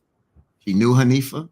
And they had to deal with certain things. And Stacy, I'm gonna go there. I remember Stacy reaching out to me one time and crying in pain because her doctor at that particular time wrote her a prescription for pain meds. And it was like 30 or 60 pills for 30 days. If you go in a sickle cell crisis and you could try to fight it at home, that's just not enough medicine to deal with that. You have a chronic illness. That needs to be properly treated when you're trying to medicate and deal with the crisis at home. Yeah. Reached out to me. I told my wife said, tell Stacy to come to the house. I got some. I got some. And that's what we had to do. We don't supposed to do it, but that's what we are up against. We're up against the stigma and things like that. They sometimes they don't even want to put in the fight. They in so much pain, but they know that they go to that hospital, they're gonna have to fight, and they don't have the strength to fight when they're in a sickle cell crisis, balled up in pain, and have to go to that hospital and then deal with doctors and nurses that at the end of the day is not sympathetic or empathetic about their pain or want to stereotype them and call them frequent flyers for medicine. And if you know anything about somebody that's dealing with chronic pain, you have to deal with managing their pain. That's what pain management tells you. You have to manage their pain. If there is another problem down the road, and they say it's a small percentage of those that have sickle cell disease that abuse the medicine, then you deal with that on an outpatient, but you treat them at the moment. My wife would go to the emergency room and they would give her inferior medicine that she had at home. What kind of nonsense? But see, we had a lawsuit against the hospital, so they asked us what we wanted. And we said we wanted a private doctor. So the private doctor went around the system to treat my wife. So when she would go into the emergency room, he would write the orders. When they say, well, an outside doctor can't write it, he said, okay, I'll bypass the emergency room if it's doing hours. I'll call a meeting, get you in a meeting, and I'll write the orders when you get up to the floor. See, these are the things that we have to do, but a lot of sickle cell patients don't have that kind of relationship or don't have those private doctors to do that. They become what is called service patients. So when they go into the hospital, they get different doctors. When they get adults, when they're pediatrics, they tend to grow with the pediatric department, and they usually work under doctors that are hematologists that deal with sickle cell, the hematology and oncology department. So I just wanted to say to Sister Stacy, we'll be in contact. I'm not waiting to Sickle Cell Awareness Month, which is in September. Me and you will put our heads together, and we'll bring some programs and bring some people on our platform to talk a little bit more about sickle cell disease. Brother Douglas Guidry just brought up a great point, and I'm going to read it. He said, what about the brothers and sisters serving time who are incarcerated, who are not getting the adequate care to treat their sickle cell? That's deep. That's deep because there are probably a lot of folk who are in the system of incarceration who are dealing with sickle cell and not getting the adequate treatment that they need. We definitely need to bring some awareness to this. And I want you to read the comment that Stacy just put a comment up. And Brother Fatim, I'm gonna let you read that comment. Okay, so Stacy said, yes, I have some great people in the Sickle Cell Warriors Unity Group that I co-founded with Davina Daniels. Rest in peace, Davina Daniels, another sickle cell warrior. I talk a little bit about Davina in a minute. Yes, your beautiful wife treated me like a sister from the day we met. She prayers and hearts. I miss her not being able to share stories with each other. We both had same doctors treating us in the apheresis center. And the apheresis center is where they would go and get their blood exchange transfusions because they are on a program there. And Sister Davina Daniels, what they did to this sister was not cool. Davina Daniels had a rare blood type that it was hard to get blood for her. They did this to her twice. The first time people said they didn't believe her. They let her count fall almost to under a 3, her hemoglobin. And they were able to get her back. When I say get her back, get her hemoglobin up. Then it happened again. And another doctor said, well, I heard that, I got to see it myself, and let her hemoglobin fall that low. She could instantly die. Instantly die. For playing games with her. She had to suffer because of her rare blood type that they didn't want to transfuse her all the time because they felt that at the end of the day, they may not be able to get her blood. She suffered, but she was such a warrior, and her strength. She wasn't a feeble. She had a powerful, strong voice. And I remember when I had to break, when Stacy called me and told me that Davina passed in the hospital, I had to break that news to my wife. So I was at the radio station, and I came home, and when I sat on the chair and I told my wife, I got some bad news to tell you. And when I told her, it just broke my wife's heart. I mean, Hanifa just broke down and cried because they build a bond. They have built a bond. You know, a lot of them have grown up as kids. They grow up as kids in the hospital. Stacy also writes here, she said, yes, I wrote an article in the Source magazine on the late Prodigy. Prodigy, the rapper from Mobb Deep. He was incarcerated and spoke of his mistreatment in jail. You see, so Stacy wrote an article in the Source magazine, you know, and that's how we met in the industry. Beautiful sister, just a beautiful sister. And when I saw her, again, a lot of you folks, if you see a sickle cell patient and their eyes are not jaundiced and they are feeling good, you won't even know that they have sickle cell disease. But when they go into crisis, it's one of the worst things to see because you feel helpless because you don't know what to do or how to help them.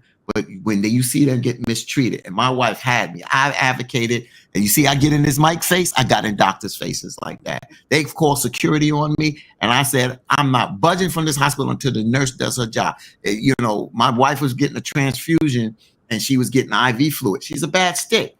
A lot of sickle cell patients are hard sticks. They gave her the transfusion, and then the fluid's supposed to piggyback in. The nurse didn't do it. She got back late. The line clogged and it blew the vein. Now she got to go being stick numerous times again. Oh, I went off. They called security. When security saw who it was, they backed up for a minute. Amen. Handle your business. Amen. Handle your business. Amen. And that's what I did. I never backed up. And then Stacy, I think Stacy was at an event when they talk about hydroxyurea. Hydroxyurea is a drug that one time it was used for a cancer drug, and they pulled it off the market because it was toxic. Well, now they give it to sickle cell patients because it's supposed to raise the fetal hemoglobin. And by raising the fetal hemoglobin, it helps cut down on sickle cell crisis. The problem is it worked better with children than adults, and they needed more trials with adults. So they just kept throwing hydroxyurea. So when I spoke about it at York College in Queens, Jamaica, Queens, I talked about how it was on the market, how it was pulled off and put back. And the doctor came into me and said to me, he said, well, if we're on a program again, I wish you wouldn't speak about hydroxyurea like that. Yeah. I got another chance to go up there, and I called that doctor out right there in front of everybody. I said, this doctor just told me that. I said, matter of fact, doctor, you just motivate me. You motivated me. Because anywhere that I'm on a platform with you, you might as well expect, because I'm going there. That's right. I'm going to educate my brothers and sisters. I'm going to look out because they can't advocate for themselves when they're in sickle cell crisis. And you know, you're so right, Brother Fatin. I love everything you said. And it's so often that a lot of these doctors overprescribe, you know, their patients. You know, I was at someone's house recently. They had a dresser drawer full of medications. right? Mhm. And it's like, this one doesn't work with that one. Don't eat this, but the other one says you need to eat that, and it's all crazy. So he literally was like, you know what? I'm not taking but maybe 2 or 3 things that I really need. I'm not taking all these damn 60 other pill bottles that the same exact doctor is prescribing me to take. So then when he goes to the doctor says, oh wow, looks like the medicine's working. Like you're doing good. And the guy's like, it's not. I'm not taking any of it, but these 3. And then the doctor's, befuddled and blown away. And I'm like, look, if you need me to go with you back to the doctor the next time to deal with it, because it's not right what some of these doctors do. It's not right. So we definitely need more of our children getting into the medical field, like our little sister Kendall wants to get into the medical field, because we need people with integrity that are not stuck with the whole big pharma thing, trying to put certain medications, whether they're good for you or not good for you. And many of them are not good for you. Unfortunately, there's a lot of holistic things that we can do, but you still got to, be wise even with that and still be careful, and if you are prescribed certain medications, certain ones, try it out, see if it works. But if this is not working or it's making me worse, you cannot be afraid to, go to another doctor. You don't have to always stick with the same doctor. If you are able to go within your network or out of your network, however it works out, to try to get some additional supports. And it's really unfortunate, like Brother Guidry said, with our brothers and sisters who are incarcerated, who are not getting the medical attention that they need, and deserve, So, we still have to boil down, especially even if you have a medical condition pre-existing, we still got to watch the lifestyle we, live at the same token, because we know you're just kind of sitting in a pool of death if you go into, a penitentiary, expecting to get the same treatment that you need outside. So it boils down to choices for us in some cases, as well. And to any doctors or nurses or anybody that's striving to be there, listen to the patient. If somebody's born with something and they've been going through this, don't take their word from it. Stacy writes this, and I usually don't do this, but sometimes Jax or other people have called me this little thing about me and a doctor. She says, Stacy writes, yes, Fatin is no joke, and he knows his stuff. They usually think he's a doctor. Laugh out loud. And that's true. That's true. I didn't know anything about sickle cell until I met Hanifa at 28 years old. And when I first saw her go into crisis, we had a good team of doctors at Long Island College Hospital in Brooklyn. So when she would go in the emergency room, I didn't have to advocate as much. When they come in, they usually have to get a line before they give her the pain meds. But since they knew my wife, they would see her. And at the time, because they've gotten away from Demerol, they would see my wife in pain. They would start off 75 Demerol, 25 Vistrol. And that Vistrol helps push that, and there's a boost to get it through. And then they'll pull the blood to see what her hemoglobin, the white blood count, to see if there's an infection and things like that. I learned all that terminology. Then when she was pregnant, I learned all that. That's how I became as aware of what I know. So if you're going to advocate for somebody in anything, hypertension, diabetes, or whatever, you need to know about it. And when you're talking to doctors, speak in medical terms to them to let them know what you're talking about. And Fatin, that's why it's so important. Once again, I'm sorry, Joe. Why it's so important to even have, a good man in your life. You understand? Because look how it impacts how you're able to raise your children and have a positive impact on your children. And look how you can engage with your wife and take care of your wife to make sure her needs are met and nobody is taking advantage. So all these households with these brothers making all these babies everywhere, or these sisters having all these babies by all these different brothers, you're not going to get what you deserve, and those kids are not going to get what they deserve. That's why we need to really focus on discipline. And speaking of doctors, I have a little former potential doctor just walked in the door. Can y'all meet her for a second? Slide on over. She just came on in from work. Look, this is my little golf caddy. Olivia. Hey, Olivia, how are you? Hey, man. So, we good? Yep. So go ahead, Joe, and then I'll let her hop in. Yeah. So I just wanted to say, your health is your wealth, and I emphasize this all the time, because many a times, not only men and women, but mostly folks of color, we don't go and get annual checkups. We don't even think about dealing with our ailments until we're at stage 20 and something's about to fall off. Family, you got to do better. Your health is your wealth, and you got to do your annual checkups. You've got to do what you need to do, because the last thing you want to do is go to the doctor when you're at stage 20, something's about to fall off, when all you really probably had to do was do your annual checkups and make sure that you're healthy. So many times, and a brother, I don't know the brother's name. I got to go back and look at the comment, but he was talking about all these autoimmune diseases that affect Black and brown folks. I mean, family, we got to pay attention. Pay attention to what's going on. Go ahead, Liv. How are they doing on the golf course? They had a lot of birdies, or were you dealing with a lot of bogeys and double bogeys? What was happening? Today we got sent home early because of the weather, so I didn't really do much today. Oh, Wow. So that should be light today, but it's gonna should be nice weather hopefully tomorrow, and she'll be all right. So Olivia, I want to say something. Wait, hold on, Jax. I know you go there. We gonna interview your daughter. You hold up. We gonna interview your daughter. But the person that mentioned the autoimmune is Dexter Romanit Salvano mentioned about the autoimmune thing. That's my cousin actually. Oh, that's your cousin. Okay, Yeah. so you surrounded us all the way. So Olivia, of course, your mom is so proud of you and your brother, and she highly always talks about you all out there and the job that you're doing. And it's good that I can meet you face to face, even though I've known your moms for a while. I never met you and your brother face to face before, but I'm so proud of you and the achievements that you have done and still doing out there. Kudos to you. And I believe you're a senior this year, correct? Next year. Next year. Okay. So tell us a little bit about you, Olivia. Your mom gushes. I know her. Look at her. She's blushing now. But tell us a little bit about you in a sense of, your studies, what you want to be in life. Your mom's talks a lot about you, but I want to hear from you before your mom, just loves all over you, which you deserve. But tell us a little bit more about you in a sense of who you are, what you want to be in life, and just talking about life. Okay, so for what I want to be in life, first I want to be a lawyer, then a judge, and then go to Supreme Court. And yeah, that's pretty much what I want to do in the future for my career. Okay, and how do you do in school? How's your grades? Because we just spotlighted a young lady, 11 years old, that received straight A's from first grade through fifth grade. We just spotlighted her. How do you do in school?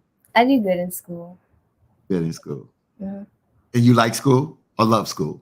I love my school. Yeah, my school. Love school. What's your favorite subject? My favorite subject is probably humanities. And tell me the importance, of not only the love, because I use the word love, but in a sense of how your mom, has raised you. Talk about some of the positive things that you get from your mom. The positive things I get from my mom, I would say advice and encouragement. She's always encouraged me in any endeavor that I've ever wanted to do. For example, when I was younger, I wanted to try track or I wanted to do soccer. She always made sure no matter what, she found a way for me to do whatever I wanted to try to do. And I just appreciate how encouraging she is, and anything I ever wanted to do in life, she's always there to support me and just make sure she does her best to make it happen. All right, Jax, I'll turn it over to you, my sister. But I know, you love on your daughter, and I want your daughter to hear from us, of how you do this, because I felt one time, Olivia, and I tell you this, I was nominated outstanding minority student at my college in the first year. I had a 3.79 grade GPA. And when I would come home, my parents wouldn't say much to me about my achievement. So one day I was talking to a brother in a store, and I told her, he said, "Why you look sad?" I said, "Well, I do good things, but it seems like my parents don't appreciate me. They just don't seem like they appreciate." He said, "What?" He said, "Your father's always talking about you." He said, "Matter of fact, look on that wall." He said, "The article that they did on you about your college and your GPA," because I had the highest GPA out of all minority students or Black students or students of color in that first year at my college. Your father came in there and he gushes and always talks about you. You know how that made me feel? It made me I said, okay. Okay, so he does appreciate me because he only came to one of my baseball games, and I told him, I said, Dad, I'm pretty good. He finally came, and then he got into the game. Oh boy, I didn't know you could play. Dad, I've been telling you this for about 5 or 6 years, and you finally came to a game. But I really appreciated my parents. I don't have my parents now. So I love up on your moms, love up on your dad, love up on your stepdad, you know, and continue your achievements. But I'll pass that over to you, Sister Jessica, because I kind of cut you off, but I had to get that in there. Yeah, no, thank you so much. And it's so important for parents.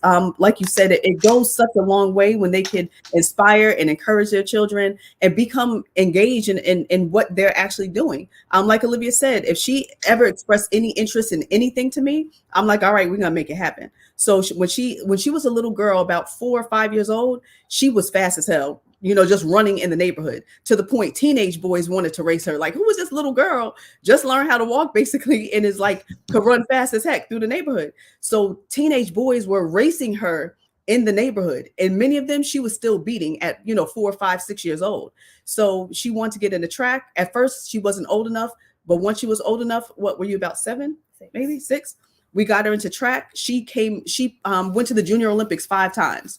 You know, 5 different occasions. She was in the Junior Olympics and still placed nationally. So she did, you know, a phenomenal job. Like she said, she wanted to do soccer. She wanted to do ice skating. Whatever it is, she wanted to be, like I said earlier, Dr. Olivia is, even now today in the street, sometimes we'll come across people, what's up, Dr. O? You know, what's up, Dr. Olivia? They still refer to her as Dr. Olivia, even though now she wants to be an attorney. So if you could share with us a little bit, when you were doing the Dr. Olivia stuff, right, and you want to be a neurosurgeon, could you tell us the story about why you initially want to become a doctor? Initially I wanted to become a doctor because, how old was I? 3? 2 or 3. Around like 2 or 3, we went on a trip to California, and I saw one of the change things where you put donations in for sick children, and I was like, I want to be a doctor one day to help sick children. And then eventually I wanted to become a neurosurgeon. I just found videos on YouTube of brain dissections and other stuff like that, and it interested me. And then I read the Ben Carson book in school, and then I just learned a lot from that, and I took a really big interest in that, and that's for a long time that's what I really wanted to do. So why did you switch from wanting to be a pediatric doctor? What incident led you to change from wanting to go into peds into neurosurgery?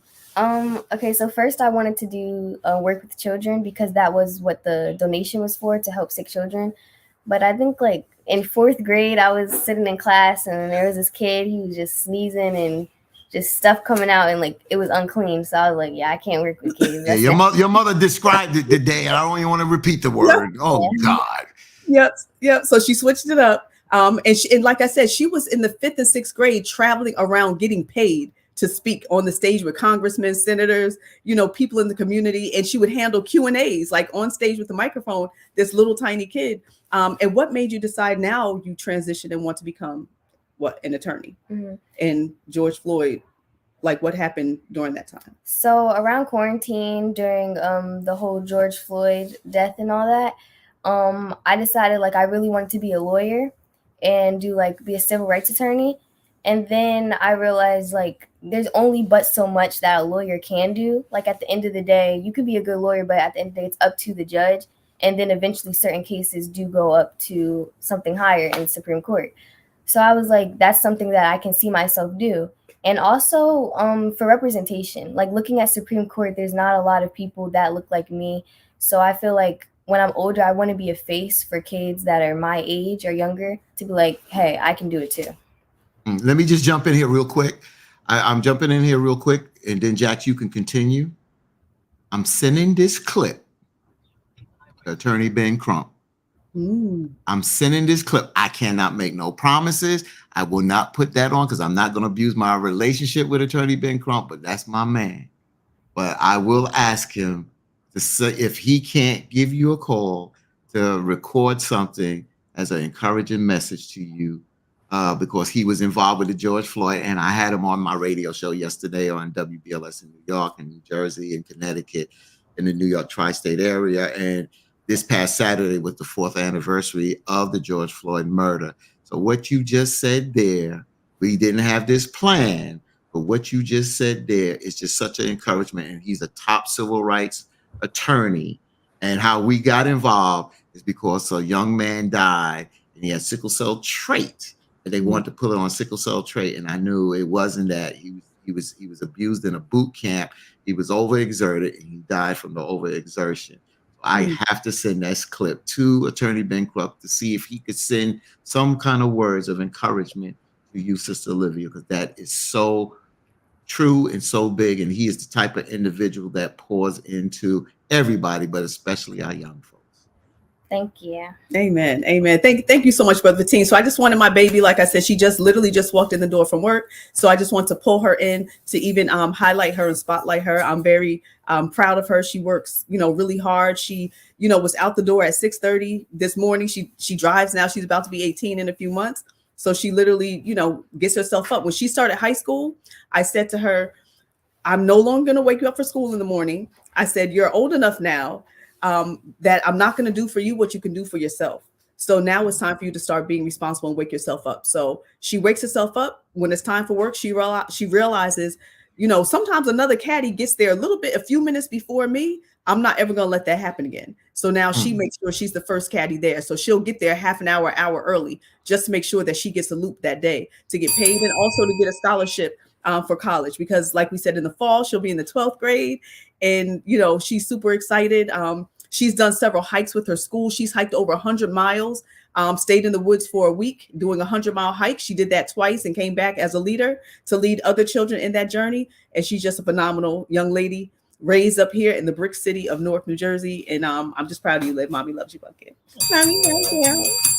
Okay, scram, we're done. Bye. Yeah. Well, you see, that's what you did this. You let the training wheels off. You took the training wheel off, but you're still guiding her. You took the training wheels off. And that's what we have to do. We have to lead our children, but we can't live their life totally for them. She's 17 going on 18. I just had this discussion with one of my cousins last night because you just never know when a parent is going to, not be here. And this just happened a couple of weeks ago where one of my cousin's husband, 47, passed away, and they have a 17-year-old child. So we have to raise these children and not baby them, because not that we look forward to that, but you just never know what happens. And they're young adults. We can't continue to baby them. I don't care what family or this, that, and other. If they don't have any kind of disorder, you raise them, but you start to wean. You have to wean that process. We love them, but like I said, I go back to that Ray Charles movie. That mother wanted, when he fell, she wanted to go, and she said, I can't go and help my child because I'm not going to always be there. He's going to have to be able to help himself because he was going blind. You understand what I'm saying? So great job. Kudos. This has turned out to be, the spotlight, some young folks today. Thank you, Jax, for incorporating your daughter into our conversation. Great job. Thank you. And you know what? I always say, like your cousin recently, Brother Patine, I don't know when the Most High is going to call me home. I don't know. None of us know. And so I always say I have to raise my children the right way so that when I'm gone, or if I'm on a deathbed, actually, and I'm able to reflect and think back to some things, I want to try to lay there and feel like I taught my kid basically everything they could know. And I feel comfortable now in my transition that my kids can still function. So I made sure my kids, since they were small, they know how to cook. Like delicious meals. Sometimes I'm like, dang, that tastes better than what I cook sometimes. But both of my children know how to cook. They know how to clean. They know how to fill out paperwork. They know their social security information. I literally have given them months, like stacks of bills, and say, here's my debit card, here's my checkbook, pay the bills for this month. Here's the mortgage, the cable, the lights, the everything. Figure out how to pay it. Don't ask me any questions, but make sure our bills are paid. And I've done that to my son starting when he was, I guess, about maybe 10. Same thing with my daughter. So now they know how to take care of the bills. They know how to check their emails. They know how to manage their finances because they have the apps on their phone to manage their bank accounts. And they're, like I said, 14 and 17 years old. So I want to make sure my children are self-reliant and self-sufficient. But most importantly, I taught them about having a relationship with the Most High. And that's what I'm most proud of, is that they have that moral compass that Lord's will can take them, a long way. And if they stray at some point, Lord's will, they'll find their way back, if the Most High allows. But we just got to raise our kids and prepare them, for the future. And sometimes we could be the greatest mom or dad in the world, but you baby these doggone kids too much, they still can become a menace to damn society. So like you say, Fatine, we have to let the training wheels off and still guide them and let them know that we're there to give them that secure attachment, but still let them soar, let them fly, and don't let our own fears and biases hold them captive. So great job to you guys also, because you guys have some dope ass kids too. So great job to you guys. Thank you. My daughter was in Miami. Daddy called me yesterday. Daddy, her and her boyfriend, and showing me a BMW convertible they in. I was like, boy, my child living his life. But I want them to do it because I did it. We did it. So it's their turn to do it. I still can do it. Now, don't think Daddy can't get down in Miami and do some. All right, now I can still shake your leg and still do me now. Watch out. I tell you. Joe, what's going on, bro? Man, I'm just rolling. I'm switching towers and rolling. I'm actually in Port Arthur, Texas right now, home of Bump B and Pimp C from UGK. So we're rolling through Port Arthur, and man, I'm listening to all this conversation, and I'm loving it because it's something positive and uplifting on this Make It Happen Monday to make folks understand that there are children out there that are doing great things. You see so much negative about what the youth is doing. Just to see two positive youth on here talking about their aspirations and what they're doing, just nothing but brings joy to my heart. So, it is 19 minutes to the top of the hour. Want to remind everybody one more again that we will be at the 2024 Essence Music Festival. And just in case you wanted to know, some of the folks that might be there, Janet Jackson, Birdman, Cash Money Records, Charlie Wilson, just to name a few. Of course, Usher is going to be there, Frankie Beverly and Maze. Look, you can go to essence.com right now, get the full lineup. It's going to be a Essence to remember, as Essence is turning 30 years old. We're going to be in the building, and it's just going to go down. It's going to be, it look like the weather's going to be, if it's anything like today, right now it is about 90, 92 degrees. We're almost in the Gulf of Mexico, down in Port Arthur, Texas, and it's hot. That's all I can say about that. And we're going to keep it high. So, look, great show, family. Tell a friend to tell a friend. We're broadcasting live on YouTube, on Facebook Live, and on Instagram. So you can catch us on all three platforms. We do this every Monday through Friday for 2 hours. It's hashtag Truth Be Told. We in the building. That's what I got to say. I know my daughter, my baby girl is not up, but I'm gonna text her. I'm gonna ask her if she's up and dressed. She works hard. She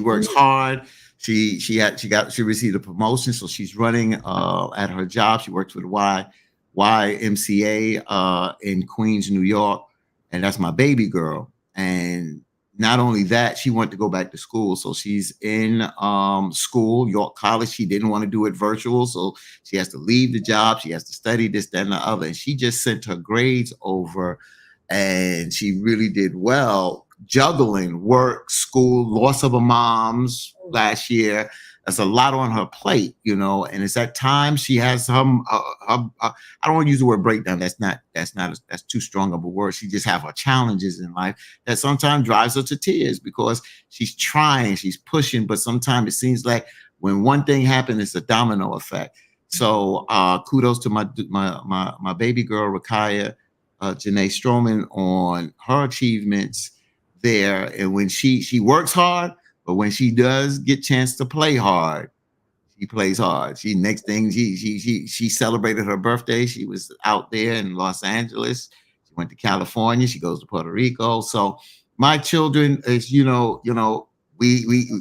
let them training wheels off early. They had to do what they had to do, and they did, and still do a tremendous job. My oldest daughter is an entrepreneur, and she continues to work. She works for a big company. I'm not going to put her out there like that, but she works for a big company in New York, but she's an entrepreneur. She's been doing hair for a long time.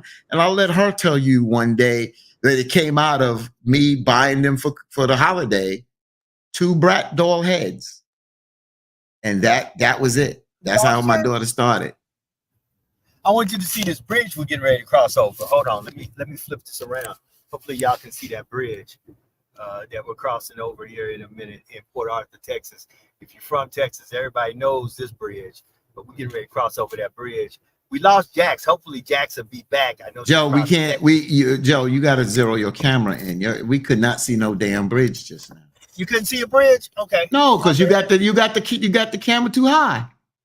Okay, my bad. Well, hold on. Come on, man. You're a media guy. Let me bring the camera down. You know, I got it on. There you go. That's better.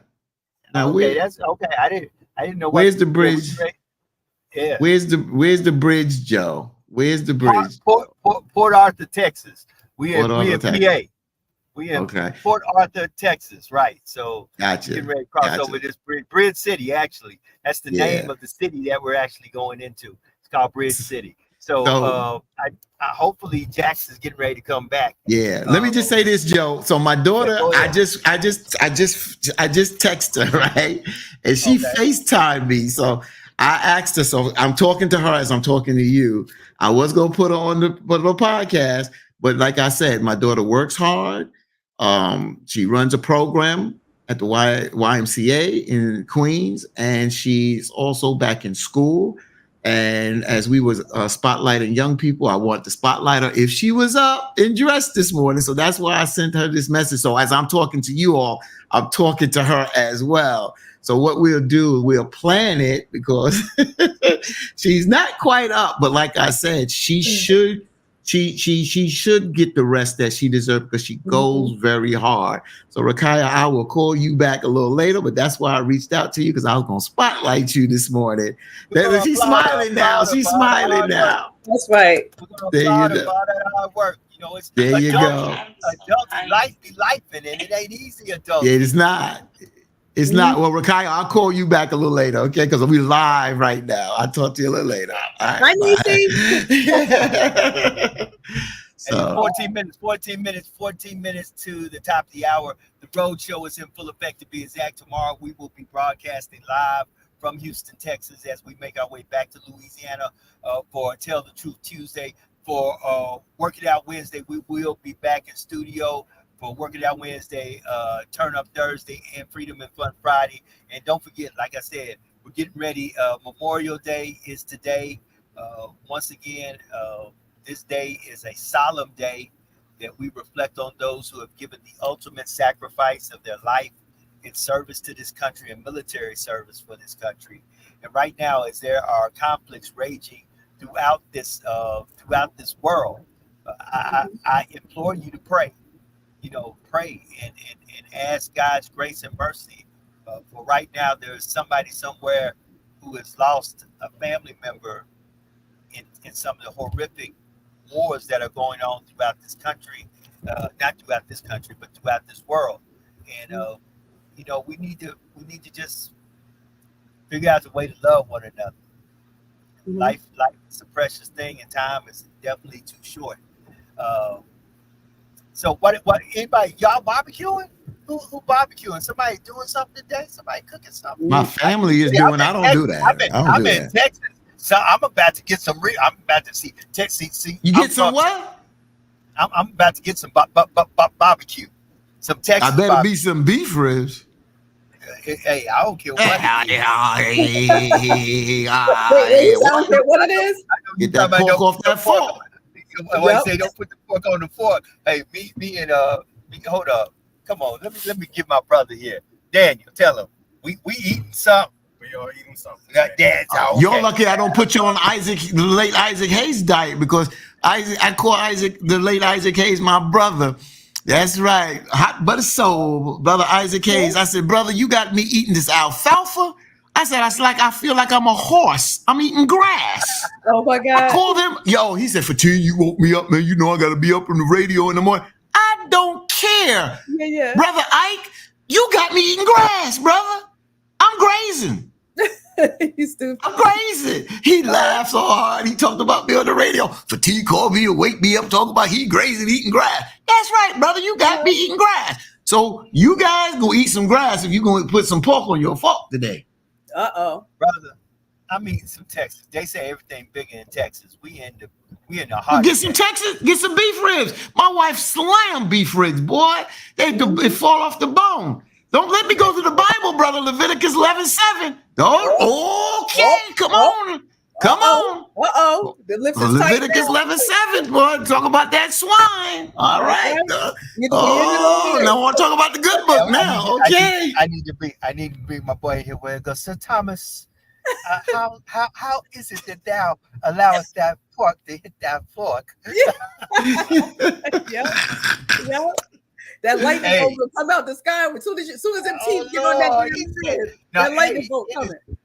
It is a beautiful hot day in Texas. When I say hot, it is hot. The only reason I got this jacket on is because it is cold up inside this vehicle. But I'm appreciating, rolling.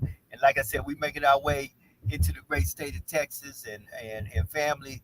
I know it's Memorial Day. I know a lot of folks out there are enjoying the day off. To be exact, we barely saw anybody even on the road, look like. So as you travel, and they say a lot of folks are out there traveling, be safe as you travel back home or going back to wherever that you came from, because it is a long weekend. The next big holiday is Father's Day, Juneteenth, 4th of July. It's going down like that. Next thing you know, after 4th of July, get ready. Football season is back. By the way, I know them Pacers, we ain't going to talk too hard about them. Look like they can't handle Why not? Why not? Well, let's talk about them. Let's talk about them. They beat the limping Knicks. And that Knicks is my team. I'm wearing the Knicks colors today. Why y'all limping? We were limping. We were hurt, but that's cool. We don't make no excuses. Congratulations to the Indiana Pacers. Congratulations. They beat us. But they're getting their ass spanked. And then this is what I wanted. Dallas, because I like Hardaway over there and Kyrie. I want Kyrie going back into Boston and hand Boston their backside. Because the way they treat Kyrie go back because they up 3-0 too. Mm-hmm. Hey, Kyrie and Luka, I saw that game last night. I'm telling you, I was convinced without a shadow of a doubt that they were going to lose the game. And when Dallas came back, Dallas is a beast. That's all I can say. Dallas, if it is Dallas and Boston, Boston going to have their hands full with Dallas. I'm telling you. I'm telling you. Yeah, Kyrie, that's my son's favorite player. My son was like, Mommy, I don't know why so many people don't like Kyrie. But my son has a huge poster of Kyrie in his room, and he loves, what Kyrie stands for, as well as his basketball skills. So Kyrie was hooping last night, like man, it was just Dallas was just on fire. To me, that's probably the best backcourt in the NBA, Kyrie and Luka. And I mean, they're just off the chain. All I can say is, family. And you see me, I'm shaking. Family. All I can tell you is, hey, these. If it's Dallas and Boston, it will be a final to remember. I promise you that. Mm-hmm. That's right. That's right. So our viewers, what are y'all doing today? What's going on today? What's your team? Tell us your team. Put it in the chat. Tell us your team. Tell us what you got going on. Tell us if you have anything good going on this week. Any celebrations? Any graduations you want to share with us? Put it in the chat. We love to know. Here you go, brother. I'm looking up something real quick. He grilling. I want to know why he's grilling. Don't put no pork on that grill, Willie. Don't put no pork on that grill.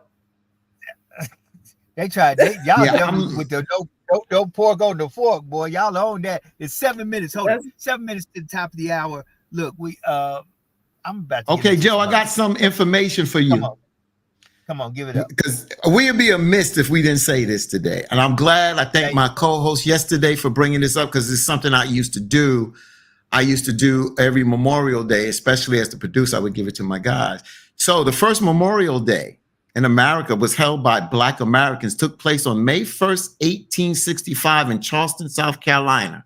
Freed slaves, along with Union soldiers and missionaries, organized a parade and ceremony to honor Union soldiers who died in the Confederate prison camp at the Washington Race Course and were buried in a mass grave. This event considered one of the earliest Memorial Day celebrations.